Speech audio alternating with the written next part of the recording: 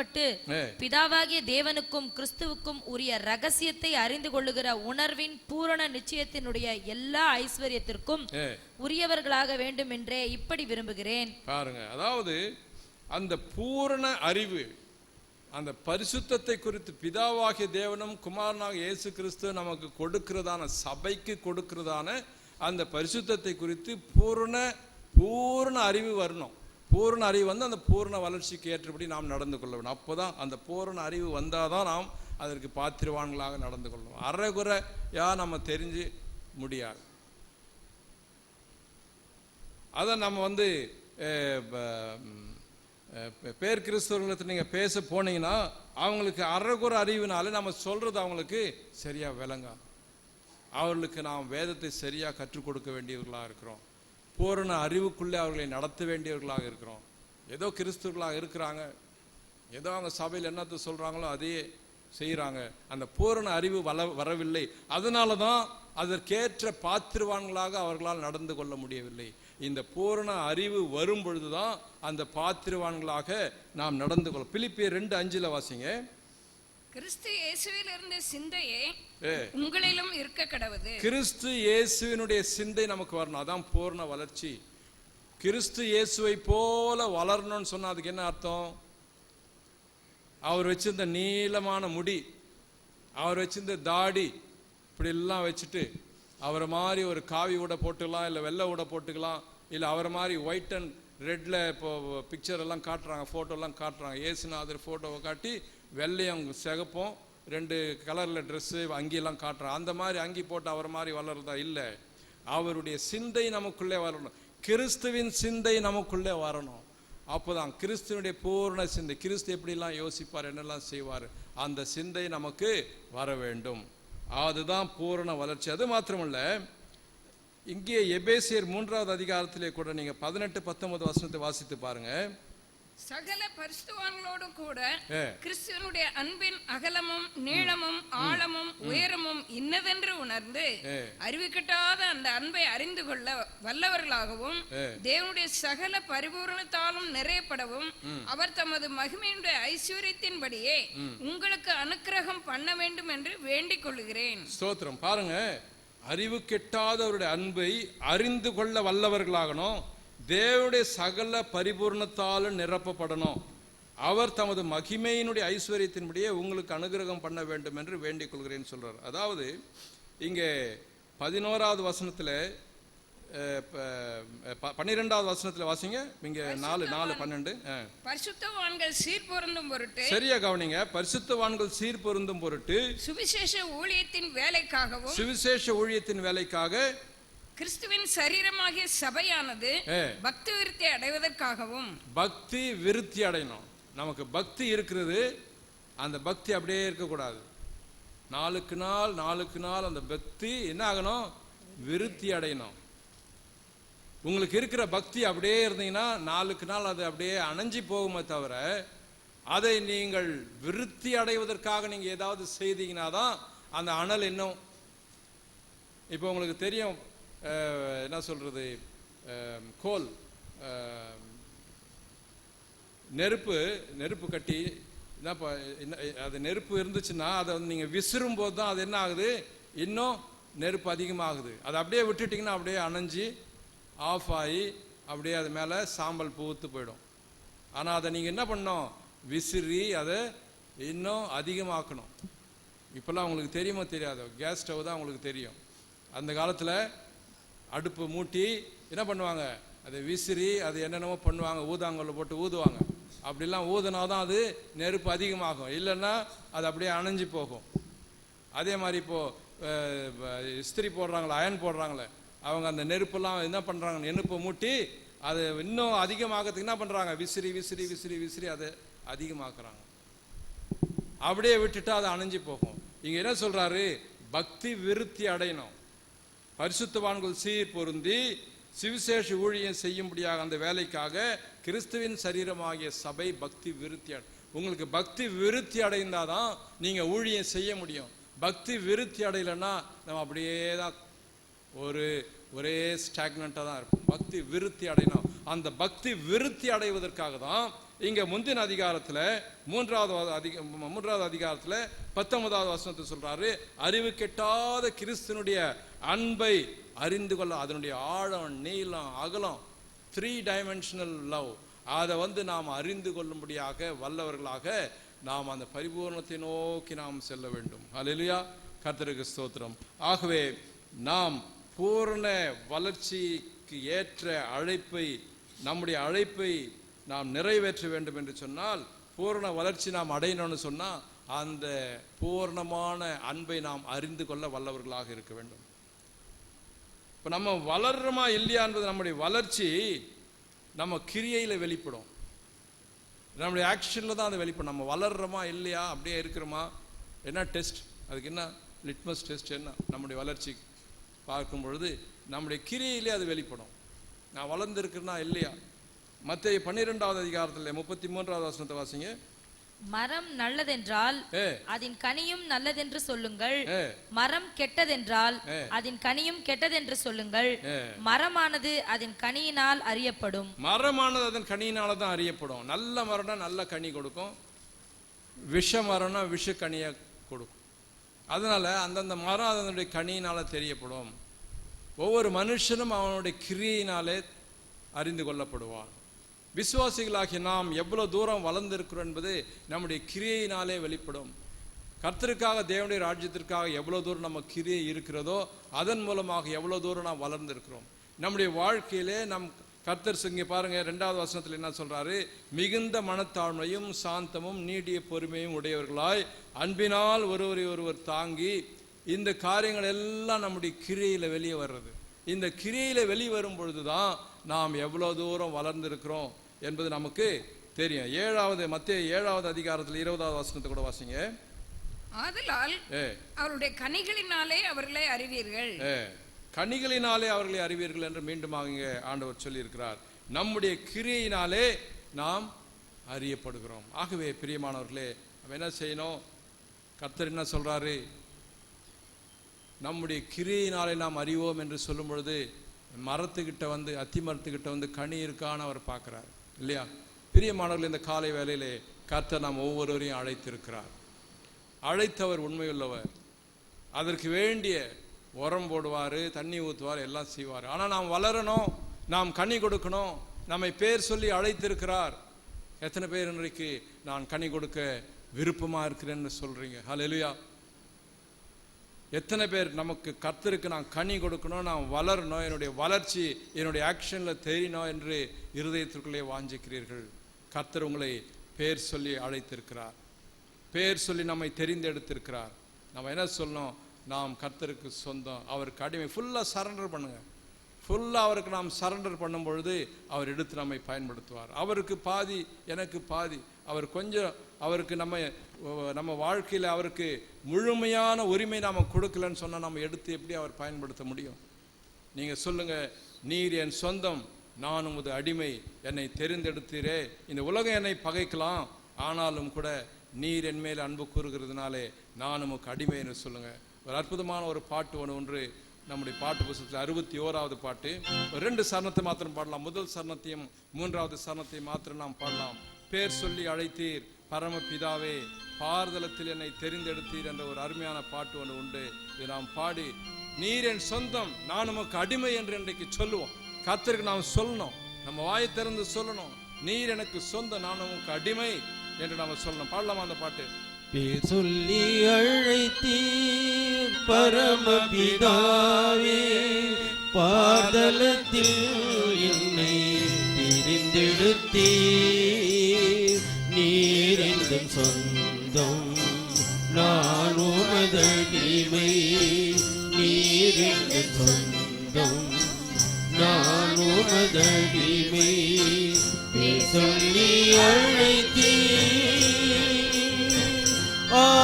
ஆத்மமனாலன் என் இயேசுராஜா, ஆத்மமனாலன் என் இயேசுராஜா. ஆவியில் என்னோடு தங்கிடும் தேவா, ஆவியில் என்னோடு தங்கிடும் தேவா. தெய்வீக தாகமதில் பொங்கும் மெய்மருந்தே சிந்தை மறுரூபமாகும் மெய்மருந்தே சிந்தை மறுரூபமாகும்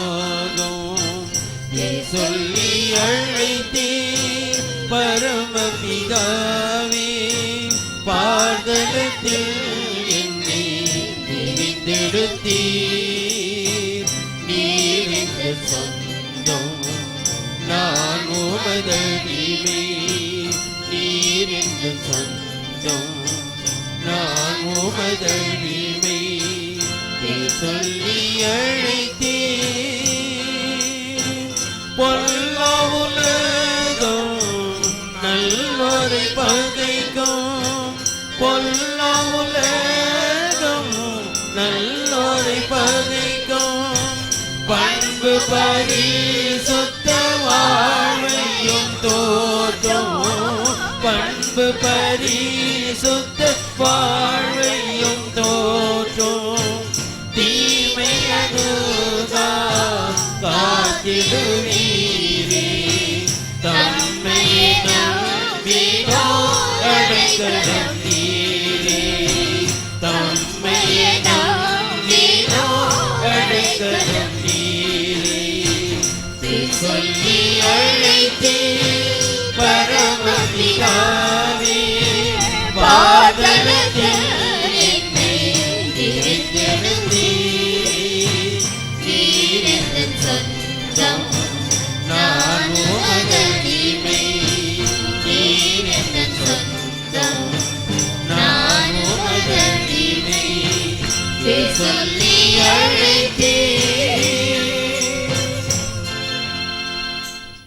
பேர் சொல்லி நம்ம ஒவ்வொருவரையும் அழைத்திருக்கிறார். அதனால அவர் பேர் சொல்லி அழைத்ததுனால அழைத்தவர் உண்மையுள்ளவராக இருக்கிறதுனால அந்த அழைப்பை நாம் நிறைவேற்றுவதற்கு நாம் பாத்திரவான்களாக நடந்து கொள்ளணும். அதற்கு வேண்டிய எல்லா ப்ரொவிஷன்ஸ் அவர் கொடுப்பார், தேவையை அவர் கொடுப்பார், சத்துவத்தை அவர் கொடுப்பார். முதலாவதாக நாம் அவருடைய அழைப்புக்கு பாத்திரவான்களாக நடந்து கொள்ள வேண்டும் என்று அந்த வாஞ்சை இருக்கும் பொழுது அந்த அழைப்பை குறித்து நம்ம தெரிந்து கொள்கிறோம். எப்படிப்பட்ட அழைப்பு நமக்கு கொடுத்திருக்கிறார். ஆனால் நாங்கள் பாருங்க, ஒரு விஷயம் இந்த காரியத்தில் நாம் தெரிந்து கொள்ள வேண்டியதுன்னு சொன்னால், பரலோக ராஜ்யத்திற்கு போகும்பொழுது பரலோக ராஜ்யத்திலே பலவிதமான ஸ்தானங்கள் இருக்கிறது, பலவிதமான வாசஸ்தலங்கள் இருக்கிறது. இதில் பெரிய உயர்ந்த ஸ்தானம் வந்து சீயோன் பர்வதம். ஆகவே உங்களுக்கு எந்த அழைப்பு? நீங்கள் சியோன் பர்வதத்துக்கு, சியோன் மலைக்கு அவரோடு போகும்படியாக நீங்கள் அழைக்கப்பட்டிருக்கிறீங்க. அதை மாத்திரம் நம்ம மறந்துடவே கூடாது. அநேகருக்கு இப்போ மற்ற வேறு விதமான அழைப்பு இருக்கலாம். புதிய வானம், புதிய பூமி, புதிய எருசலேம், புதிய சியோன் எல்லாம் இருக்குது. யாருக்கு எங்கெங்கே இருக்கும்படியாக அழைப்பு கொடுக்கப்பட்டிருக்கிறதோ, என்னென்ன அவங்க கெப்பாசிட்டியோ அதற்கு தகுதியாக நடந்து கொள்ளணும். ஆனால் உங்களுக்கு எனக்கும் சியோனுக்கு போகும்படியான அழைப்பு கொடுக்கப்பட்டிருக்கிறது. அதற்கு ஏற்றவர்களாக நடந்து கடன்களில் கர்த்தருக்கு ஸ்தோத்திரிப்போமா. ஹல்லேலூயா, கர்த்தருக்கு ஸ்தோத்திரம். ஆகவே அந்த அழைக்கப்பட்ட விசுவாசம், நம்பிக்கை, இதை நாம் தெரிந்து கொள்ளணும். ரட்சிக்கப்பட்ட பிறகு பூர்ணராகும்படியாக நாம் கடந்து போகணும். 2 பாயிண்ட்டு. 3வது பாயிண்ட் பாருங்க. 3வது பாயிண்ட்ல என்ன நம்ம பார்க்குறோம்? 17வது வசனத்திலிருந்து கொஞ்சம் வாசிங்க. ஆதலால் கர்த்தருக்குள் நான் உங்களுக்கு சாட்சியாக சொல்லி எச்சரிக்கிறது என்னவெனில். என்ன எச்சரிக்கிறாருங்க இவரு? மற்ற புறஜாதிகள் தங்கள் வீணான சிந்தையிலே நடக்கிறது போல நீங்கள் இனி நடவாமல் இருங்கள். சரி, போதும். 21ஆம் வசனம் வரைக்கும் அதே தான் சொல்றாரு. திருப்பி என்னன்னு சொல்றாருன்னா, புறஜாதிகள் மத்தியிலே ஒரு வேறுபட்ட வாழ்க்கைக்கு நம்மை அழைத்திருக்கிறார். நம்ம கர்த்தர் அழைத்தார், ரட்சித்திருக்கிறாரு, பூரண வளர்ச்சி அடையணும்னா எங்கே நம்ம இதெல்லாம் செய்யணும்? நம்முடைய பேட்டில் ஃபீல்டு எங்கே, அல்லது நம்முடைய ஒர்க் ஷாப் எங்கன்னு சொன்னால், புறஜாதிகள் சூழ்ந்திருக்கிற இந்த உலகத்தில் தான் நம்ம ஒர்க் ஷாப்.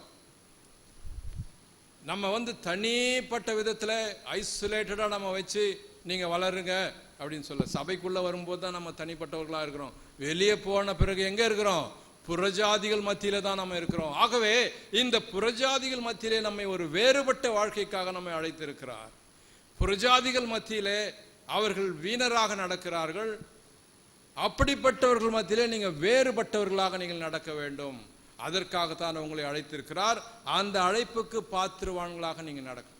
புறஜாதிகள் மத்தியிலே வேறுபட்டவர்களாக நீங்கள் நடப்பதற்கு பாத்திரவான்களாக நீங்கள் நடக்க வேண்டும் என்று சொல்லி இங்கே 17வது வசனத்திலிருந்து 21ஆம் வசனம் வரைக்கும் சொல்றார். புறஜாதிகள் எப்படி நடக்கிறாங்க? அவங்க அறியாமையில நடக்கிறாங்க, மூட நம்பிக்கையில நடக்கிறாங்க, அசுத்தத்தில் நடக்கிறாங்க. வாசிங்க ரோமர் முதல் அதிகாரத்தில் 21, 22, 23. ரோமர் முதல் அதிகாரம். அவர்கள் தேவனை அறிந்தும் அவரை தேவன் என்று மகிமைப்படுத்தாமலும். பாருங்க, புறஜாதிகளுக்கு ஒரு தேவ பக்தி இருக்கிறது, தேவனை தொழுது கொள்ள வேண்டும் என்ற பக்தி இருக்கிறது. அந்த பக்தியினாலே அவர்கள் என்ன வேணாலும் செய்யறதுக்கு தயாரா இருக்கிறாங்க. நீங்க பார்த்தீங்கன்னா இப்ப மலைக்கு போறாங்க, என்னென்னமோ அவர்கள் கடுமையான ஒரு நோன்பெல்லாம் நோக்கிறார்கள், எல்லாம் செய்யறாங்க, எவ்வளோ கஷ்டப்படுறாங்க. ஆனாலும் கூட அவர்கள் அந்த பரம அழைப்பின் பந்தய பொருளுக்கு பாத்திரவான்களாக நடந்து கொள்ளவில்லை. வாசிங்க. அவர்கள் தேவனை அறிந்தும் அவரை தேவன் என்று மகிமைப்படுத்தாமலும் ஸ்தோத்திரியாமலும் இருந்து தங்கள் சிந்தனைகளினாலே வீணரானார்கள். சிந்தனையிலே வீணரானார்கள். அவங்க என்னென்ன நினைக்கிறாங்களோ அதையே ரைட் நினைக்கிறாங்க. ஓகே. உணர்வில்லாத அவர்களுடைய இருதயம் இருள் அடைந்தது. அவர்கள் தங்களை ஞானிகள் என்று சொல்லியும் பைத்தியக்காரராகி அழிவில்லாத தேவனுடைய மகிமையை அழிவுள்ள மனுஷர்கள், பறவைகள், மிருகங்கள், ஊரும் பிராணிகள் ஆகிய இவைகளுடைய ரூபங்களுக்கு ஒப்பாக மாற்றினார்கள். இப்படிதானே செய்யறாங்க. எல்லா பறவைகளுக்கு ஏற்ற கழுக வைக்கிறாங்க, மாட்டை வைக்கிறாங்க, என்னென்னத்தையோ வைக்கிறாங்க, யானையை வைக்கிறாங்க, மூஞ்சிறு எலியை வைக்கிறாங்க, பலவிதமான சிருஷ்டிப்புகள் எல்லாம் தெய்வங்களாக அவர்கள் வழிபட அவர்கள் முன்னுக்கு வருகிறார்கள். ஆகவே தான் சிம்பிளா சொல்லிட்டார் ஆரம்பத்திலே. அப்போஸ்தலர் 2ஆம் அதிகாரம் 40வது வசனத்துல என்ன சொன்னாரு? இன்னும் அநேக வார்த்தைகளாலும் சாட்சி கூறி சொல்லி மாறுபாடுள்ள இந்த சந்ததியை விட்டு விலகி. ஆகவே இந்த சந்ததி மாறுபாடு உள்ளது, அதனால அவங்கள விட்டு நீங்க முதல்ல விலகி வாங்க. அல்லேலூயா. மாறுபாடுள்ள சந்ததியை விட்டு விலகி வாங்கன்னு சொல்றாரு. அதே போலதான் புறஜாதிகள் மாத்திரமல்ல, பெயர் கிறிஸ்தவர்களா இருந்தாலும் கூட அவர்கள் மாறுபாடுள்ள ஒரு சந்ததியாக இருந்தா, அந்த ஒரே விசுவாசம் ஒரே நம்பிக்கைக்கு ஏற்றவர்களாக வரலன்னு சொன்னா முதல்ல நம்மை காத்துக்கொள்ள, நம்ம விலகி வரணும். அப்படிப்பட்ட மாறுபாடுள்ள சந்ததியை விட்டு நாம் விலகி வந்து விட வேண்டும் என்று ஆரம்பத்திலே முதல் நூற்றாண்டிலே அப்போஸ்தலர்கள் போதித்தார்கள். ஆகவே புறஜாதிகள் மத்தியிலே, மாறுபட்ட ஜனங்கள் மத்தியிலே நாம் மாறுபட்டவர்களாக ஜீவிப்பதற்காக அழைக்கப்பட்டிருக்கிறோம். அந்த அழைப்புக்கு பாத்திரவான்களாக நாம் நடந்து கொள்ள வேண்டும். எப்படி பாத்திரவான்களாக நடந்து கொள்வோம்? 2 கொரிந்தியர் 6வது அதிகாரம் 16, 17 வசனத்தை வாசிங்க. தேவனுடைய ஆலயத்துக்கும் விக்கிரகங்களுக்கும் சம்பந்தம் ஏது? நான் அவர்களுக்குள்ளே வாசம் பண்ணி அவர்களுக்குள்ளே உலாவி அவர்கள் தேவனாய் இருப்பேன், அவர்கள் என் ஜனமாய் இருப்பார்கள் என்று தேவன் சொன்னபடி நீங்கள் ஜீவனுள்ள தேவனுடைய ஆலயமாய் இருக்கிறீர்களே. ஆனபடியால் நீங்கள் அவர்கள் நடுவிலிருந்து புறப்பட்டு பிரிந்து போய் அசுத்தமானதை தொடாதிருங்கள் என்று கர்த்தர் சொல்கிறார். அதுதான் நம்ம பாத்திரவான்களாக நடக்க முடியும். இப்படிதான் நம்ம பாத்திரவான்களாக நடக்க முடியும். அவர்களை விட்டு பிரிந்து அசுத்தமானதை தொடாதபடிக்கு நாம் பிரிந்து வாழும் பொழுதுதான் இந்த அழைப்புக்கு நாம் பாத்திரவான்களாக மாறுகிறோம் என்று மிக அருமையாக எபேசியர் 4வது அதிகாரத்தில் பவுல் சொல்றார். அடுத்த குறிப்பு நீங்க பாருங்க. 4வது குறிப்பில் நீங்க பார்க்கும்பொழுது 22வது வசனத்திலிருந்து வாசிங்க. அந்தபடி முந்தின நடக்கைக்குரிய மோசம் போக்கும் இச்சைகளாலே கெட்டு போகிற பழைய மனுஷனை நீங்கள் களைந்து போட்டு உங்கள் உள்ளத்திலே புதிதான ஆவி உள்ளவர்களாகி மெய்யான நீதியிலும் பரிசுத்தத்திலும் தேவனுடைய சாயலாக சிருஷ்டிக்கப்பட்ட புதிய மனுஷனை தரித்துக் கொள்ளுங்கள். அல்லேலூயா. அப்போ இப்ப என்ன அழைப்பு இது? பழைய மனுஷனை களைந்து புதிய மனுஷனை தரித்துக் கொள்ள வேண்டும். இதற்காக தான் நாம் அழைக்கப்பட்டிருக்கோம். பிரியமான சகோதரனே, சகோதரியே, ரொம்ப முக்கியமான பாயிண்ட் இது. பழைய மனுஷனை நாம் களைந்து தூக்கி போட்டுட்டு புதிய மனுஷனை நாம் தரித்துக் கொள்ள வேண்டும். நாம் நம்முடைய ஞான ஸ்நானத்திலேயே இதுதான் நாம் தெரியப்படுத்துகிறோம். பழைய மனுஷனை முற்றிலுமாக நாம் அடக்கம் செய்துட்டு புதிய மனுஷனுக்காக நாம் வெளியே வர்றோம் என்பதை நாம் தெரியப்படுத்துகிறபடினாலே இந்த அழைப்புக்கு நாம் அழைக்கப்பட்டிருக்கிறோம். பழைய மனுஷனை கலந்து புதிய மனுஷனை தரித்துக் கொள்ள சொல்லும் பொழுது இவன் தான் ஒரிஜினல். இந்த புதிய மனுஷன் தான் ஒரிஜினல் ஆதாம். விழுந்துட்ட பிறகு என்ன ஆயிட்டான்? கெட்டு போன மனுஷன் ஆயிட்டான். இவன் பழைய மனுஷன். இவனை கலைந்து போட்டு ஒரிஜினல் மனுஷனை தரித்துக் கொள்ளுங்கள் என்று சொல்றார். இதற்காக நாம் அழைக்கப்பட்டிருக்கிறோம். இதற்காக நாம் பாத்திரவான்களாக நடந்து கொள்ள வேண்டும் என்று சொல்லப்பட்டிருக்கிறது. அநேக காரியங்கள் இங்கே உண்டு. வேணும்னா அந்த வசனத்தெல்லாம் நீங்க நோட் பண்ணிடுங்க. அடுத்த பாயிண்ட்டுக்கு நான் போறேன். பாருங்க, 5வது குறிப்பாக நான் என்ன சொல்றேன்னா, கர்த்தர் நம்ம எதற்கு அழைத்திருக்கிறார்னு சொன்னா, ஒன்று நம்மை ரட்சித்தார், ரட்சித்து நமக்கு அந்த பூர்ண சத்தியத்தை அறிகிற அறிவை நமக்கு கற்றுக் கொடுக்கிறார், பரிசுத்த ஆவியானவர் நமக்கு கற்றுக் கொடுக்கிறார். அதை நாம் பெற்றுக்கொண்டு நாம் பூர்ண வளர்ச்சி, இயேசு கிறிஸ்துவின் வளர்ச்சிக்கு ஏற்ற வளர்ச்சியில் நாம் வளரணும். 2வது பாயிண்ட்டு. 3வது குறிப்பில் நான் என்ன சொன்னேன், இதெல்லாம் எங்கே நடக்குதுன்னா புறஜாதிகள் ஜீவிக்கிற இந்த உலகத்தில் தான் நடக்குது. ஆகவே புறஜாதிகள் மத்தியிலே நாம் வேறுபட்டவர்களாக நடக்கணும். அப்போ வேறுபட்டவர்களாக நடக்கணும்னா நமக்கு இருந்த புறஜாதிகளை போல இருந்த அந்த பழைய மனுஷன் நாம் கலைந்து நாம் கிறிஸ்தவர்கள் என்ற புதிய மனுஷனை தரித்து கொண்டு நாம் நடக்கணும். அப்போதான் நம்ம பாத்திரவான்களாக நடக்க முடியும். 5வது குறிப்பில் நான் சொல்றேன்னா, இப்படி நான் நடக்கும் பொழுது நமக்குள்ளே இருந்து சில தீய எண்ணங்கள் புறப்பட்டு வந்து கொண்டு இருக்கும். பழைய மனுஷனை நாம் கலைந்து போட்டாலும் கூட உள்ள இருந்து பழைய மனுஷனுடைய அந்த தீய எண்ணங்கள் வந்து கொண்டே இருக்கும் பொழுது அதை மேற்கொண்டு, it is a continuous process. அதை ஒரு தடவை பழைய மனுஷனை கலைந்து போட்டு புது மனுஷனை ட்ரெஸ் பண்ணிக்கிட்டாக்கா அப்படியே பர்ஃபெக்டாக இருந்துடும் இல்லை. அது பரலோக ராஜ்யத்துக்கு நாம் போகும்போது தான் அந்த பர்ஃபெக்ஷன் வரும். ஆனால் இப்போ it is a continuous process. இதை தொடர்ந்து நம்ம செய்து கொண்டே இருக்க வேண்டும் என்று வேதம் நமக்கு போதிக்கிறது.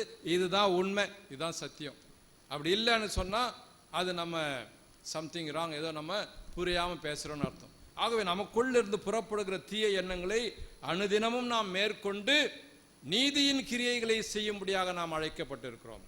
அனுதினம் வருகிறதான தீய எண்ணங்களை எல்லாம் மேற்கொண்டு கட் பண்ணி விட்டு நீதியின் கிரியைகளை நாம் செய்யணும். இதற்காக தான் அழைக்கப்பட்டோம். இதற்கு பாத்திரவான்களாக நாம் நடந்து கொள்ள வேண்டும். 25வது வசனத்திலிருந்து அது சொல்றார், வாசிங்க. அன்றியும் நாம் ஒருவருக்கொருவர் அவயவங்களாய் இருக்கிறபடியால் பொய்யை களைந்து அவனவன் பிறனுடனே மெய்யை பேச கடவன். நீங்கள் கோபம் கொண்டாலும் பாவம் செய்யாதிருங்கள். சூரியன் அஸ்தமிக்கிறதுக்கு முன்னாக உங்கள் எரிச்சல் தனிய கடவுது. பிசாசுக்கு இடம் கொடாமலும் இருங்கள். திருடுகிறவன் இனி திருடாமல் குறைச்சல் உள்ளவனுக்கு கொடுக்கத்தக்கதாக தனக்கு உண்டாயிருக்கும்படி தன் கைகளினால் நலமான வேலை செய்து பிரயாசப்பட கடவன். கெட்ட வார்த்தை ஒன்றும் உங்கள் வாயிலிருந்து புறப்பட வேண்டாம். பக்தி விருத்திக்கு ஏதான நல்ல வார்த்தை மாத்திரம் வரட்டும். அதுதான் நீங்க பாத்திரவானா நடந்து கொள்ளும். கெட்ட வார்த்தை பேசினா பழைய மனுஷன் மறுபடியும் தலை தூக்குறான். ஆனால் பக்தி விருத்திக்கான வார்த்தைகளை மாத்திரம் நீங்க பேசும் பொழுதுதான் நீங்க என்ன பண்றீங்க, உங்களுடைய வளர்ச்சியை காண்பிக்கிறீர்கள். உங்க வளர்ச்சி உங்கள் கனிகளாலே அறியப்படுகிறது. வாயின் வார்த்தைகளாலே உங்களுடைய வளர்ச்சி தெரியப்படுகிறது. அப்போதான் நீங்க பாத்திரவான்களாக நடக்கிறதாக நமக்கு தெரியுது. இருக்கட்டும். அதனால தான் ஆண்டவர் சொன்னார் மத்தேயு 15வது அதிகாரம் 19வது வசனத்துல, எப்படியெனில் இருதயத்திலிருந்து பொல்லாத சிந்தனைகளும், இருதயத்திற்குள்ளிருந்து பொல்லாத சிந்தனைகளும், கொலை பாதகங்களும், விபசாரங்களும், வேசித்தனங்களும், களவுகளும், பொய் சாட்சிகளும், தூஷணங்களும் புறப்பட்டு வரும். இருதயத்துக்குள்ள இதெல்லாம் புறப்பட்டு வரும். இதெல்லாம் மனுஷனை தீட்டுப்படுத்தும். இதெல்லாம் நீங்க என்ன செய்யுங்க, கட் பண்ணி விட்டு நீங்க இதையெல்லாம் மேற்கொண்டு நீங்க என்ன செய்யணும், கர்த்தருக்குள்ள நீதியின் கிரியைகளை செய்யணும்னு சொல்லியிருக்காரு. ஏனென்று கேட்டால் 1 தெசலோனிக்கேயர் 4:7 வாசிங்க. 1 தெசலோனிக்கேயர் 4:7.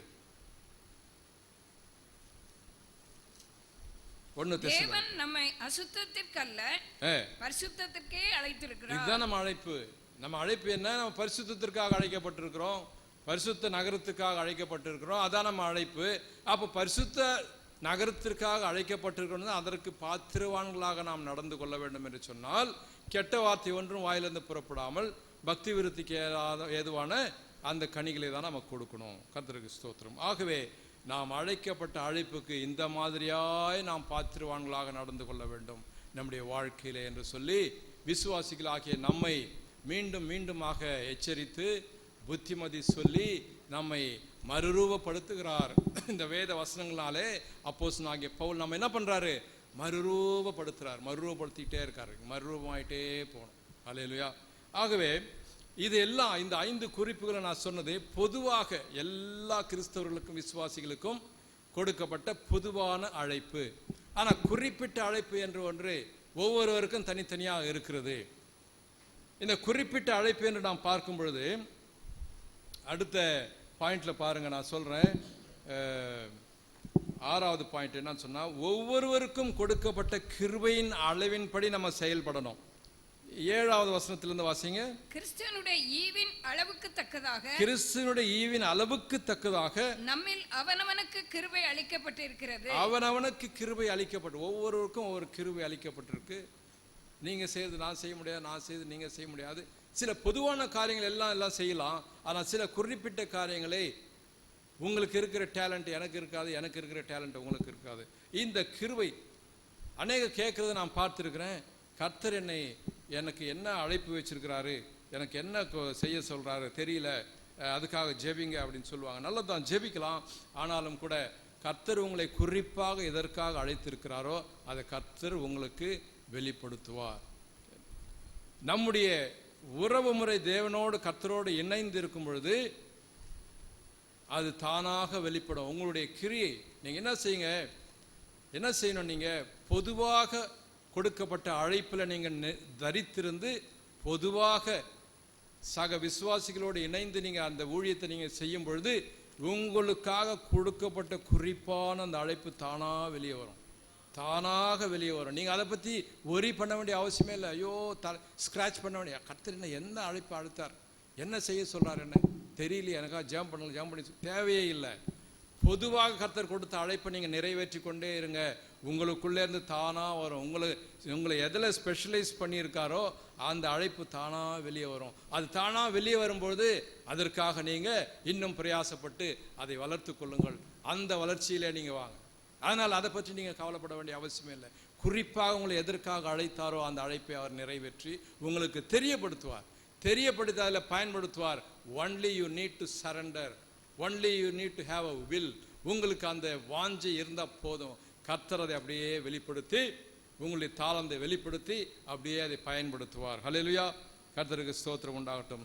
பாருங்க, என்ன சொல்றாரு 7வது வசனத்துல, கிறிஸ்துவனுடைய ஈவின் அளவுக்கு தக்கதாக நம்மில் அவனவனுக்கு கிருபை அளிக்கப்பட்டது. சரி, அதனால் அவர் உன்னதத்திற்கு ஏறி சிறைப்பட்டவர்களை சிறையாக்கி மனுஷர்களுக்கு வரங்களை அளித்தார் என்று சொல்லி இருக்கிறார்.